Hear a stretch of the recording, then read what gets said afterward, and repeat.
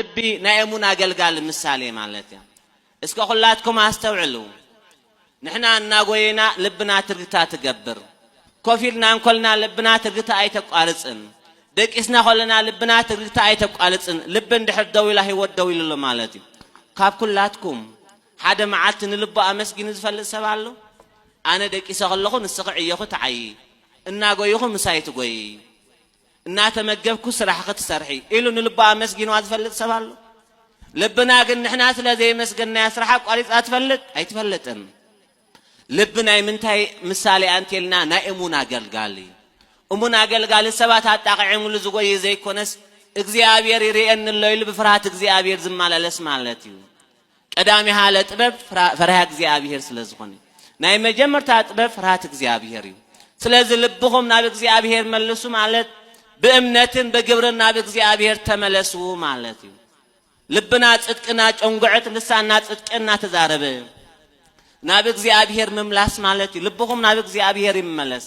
ልብና ናብ እግዚአብሔር ክምለስ ማለት ልብ ማለት ምእመናን እምነትን ስነ ምግባርን እሙናት አገልገልት ኮይንኩም ናብ እግዚአብሔር ተመለሱ ማለት ልብ ዝጥራይ አይኮነን ምእመናን ልብ ናይ እግዚአብሔር ቃል ምሕደሪት ያ ማለት ዘዳግም ምዕራፍ 6 ፍቅደ 6 እነሆ ተአንዝ ነግረካ ዘለኹ ቃላት ኣብ ልብኻ ዕቆሮ ኢሉ ወይሃልው ሰልብከ ዝንቱ ቃል ዘአነ ዘእነግረከ ኢሉ እነሆ ተአንዝ ነግረካ ዘለኹ ቃላት ኣብ ምንታይ ዕቆሮ ኣብ ልብኻ ዕቆሮ አፍካ ምልአት ልብ ስለትዛረብ ሰብ ኣብ ልቡ ዝዓቆረ በአፉ ዝዛረቡ ስለዚህ ልብና ናብ እግዚአብሔር ይመለስ እምነት ማለት ብልብ አሚንካ በአፍ ምስካር ስለዝኾነ ስለዚህ ምእመናን ልብና ናብ እግዚአብሔር ይመለስ ማለት በእምነትን በግብርን እሙናት አገልገልት ኮይንና ናብ እግዚአብሔር እንመለስ ብተዓሳ ናብ እግዚአብሔር እንመለስ ማለት ስለዚህ አርስ ትምርትና እንታይ ዘሎ ልብኹም ናብ እግዚአብሔር ይመለስ ልብና ናብ እግዚአብሔር እንመለሱ ናበይ ስለዝኸደ ልብና ሰብ በኽልተ መንገዲ ዝኸይድ ሰብ በእግሩ ይኸይድ ብልቡኻ ይኸይድ ብልብና ኣብዙ ኸፊልና እንኮልና በሐሳባት ናብ ገዛና ክንሁሉ ንኽእሊና ማለት ልብኻ ናብ እግዚአብሔር ምጥማት ማለት ልብኻ ኣብቲ እግዚአብሔር ዘለዎ ምህላው ማለት ስለዚህ ልብኹም ናብ እግዚአብሔር መልሱ ማለት ልብኹም ኣብቲ እግዚአብሔር ዘለዎ ይሃሉ ልብኹም ኣብ ሐሳባት እግዚአብሔር ይመላለስ ማለት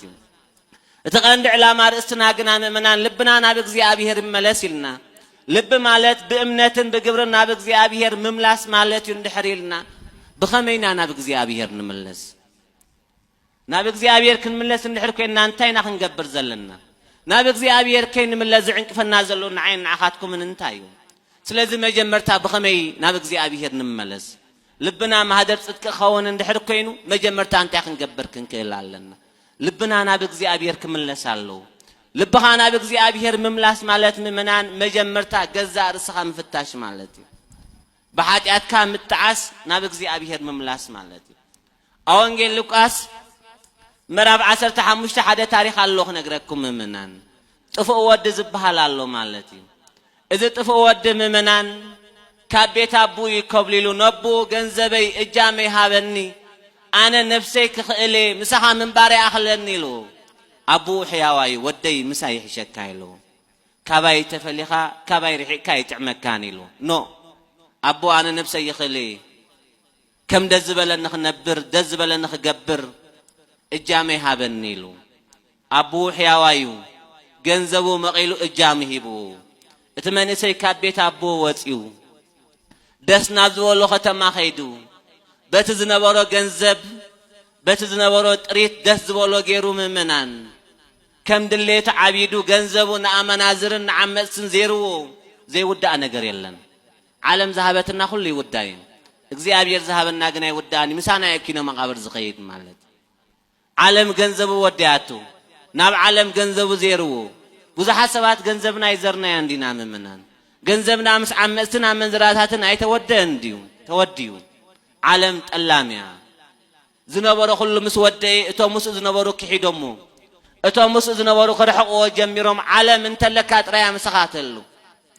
ገንዘብ ሓፊስ ኸሎ ዝጎይዎን ዝነበራ ገንዘብ ምስ ወደግና ኩላቶም ካብኡ ተፈልዮም እዚ መንእሰይ ገንዘቡ ተወዲዩ ኣዝዩ ኸኣ ተጨነቀ ኢሉ ስራሕ ከናዲሉ ኣብ ዳሓሰማ ዝርከቦ አቡ መግብን ሓሰማ እናተመገበ ከዓይ ጀመረ ኢሉ ሕሰቡ ናይ ሰብ መግብ ኳስ ኢኑስ ምስ ሓሸማ ክቀዳደም ጀሚሩ ከመይ